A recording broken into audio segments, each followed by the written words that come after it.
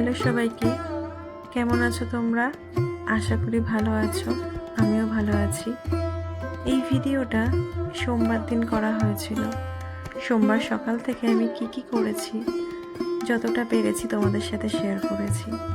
ঘুম থেকে উঠেই প্রথমে যে কাজটা করি সেটা হচ্ছে বিছানাটা পরিষ্কার করে নিই, কারণ ছোট বাচ্চা যেহেতু আছে দিনে অনেকবার বিছানা পরিষ্কার করতে হয়। তো সকালে উঠে আগে ভালো করে বিছানাটা ঝেড়ে নিলাম, তারপর নিজে একটু জল খেয়ে নিলাম এবং সকালের খাবার খেয়ে নিলাম। আজকে জানো তো বিরিয়ানি খেয়েছি। গতকাল আমার ভাই বাড়িতেই বিরিয়ানি তৈরি করেছিল, তো সেটা একটু এক্সট্রা রয়েছে, তো সেটাই আমি খেয়ে নিলাম।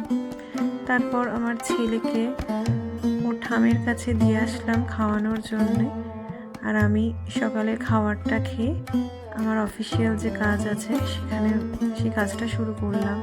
তোমরা যারা আমার ভিডিও দেখো তারা জানো যে আমি একটা ডিজিটাল মার্কেটিং কোম্পানিতে এসইও ডিপার্টমেন্টে আছি। যখন আমি জয়েন করেছিলাম তখন বলা হয়েছিল এটা ওয়ার্ক ফ্রম হোমই হবে, তো এখনও অবধি সেটাই কন্টিনিউ হচ্ছে, ওয়ার্ক ফ্রম হোমই হয়। এবং এতে জানো তো আমার অনেকটা সুবিধা হয়েছে। প্রথম সুবিধা হচ্ছে আমার ছেলেটাকে আমি চোখের সামনে দেখতে পাই। এটা একটা মায়ের কাছে অনেকটা আনন্দের যে নিজের ছেলেকে চোখের সামনে সবসময় দেখা। অফিসে কাজ করতে করতে যখনই একটু সময় পাই একটু টুকটাক কাজ করে নিই।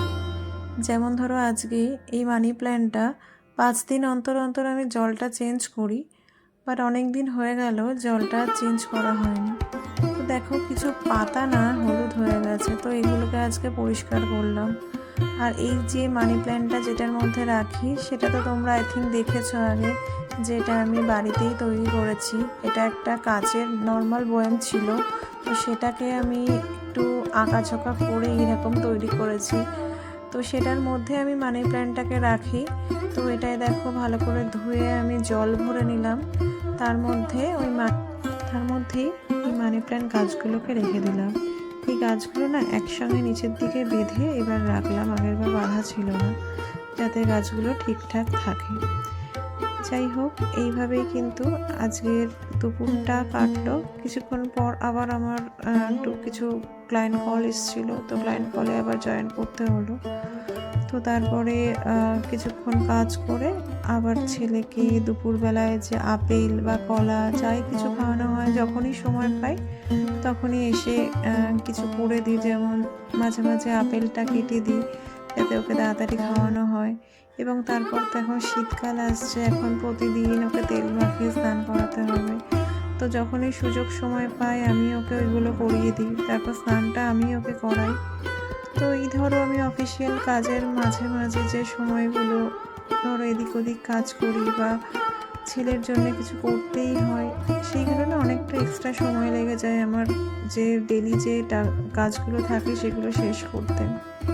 তো সেই জন্যে আমাকে যে লগ ইনটা যতক্ষণ থাকতে হয় তার থেকে অনেকটা বেশি সময় আমাকে লগ ইন থাকে, কারণ কাজগুলো অনেকটা পেন্ডিং হয়ে থাকে। তো এত কিছুর মধ্যেও জানো তো একটা সুখ থাকে, সেটা হচ্ছে আমার ছেলেকে যে আমি চোখের সামনে দেখছি। কত মায়েরা আছে তাদের বাচ্চাদেরকে মানুষ করার জন্য তারা অফিস ছেড়ে দেয়, সেখানে আমি যে অফিসের কাজ করতে পারছি সাথে আমার বাচ্চাটাকেও দেখতে পাচ্ছি, এটা আমার কাছে না অনেক বড় পাওনা।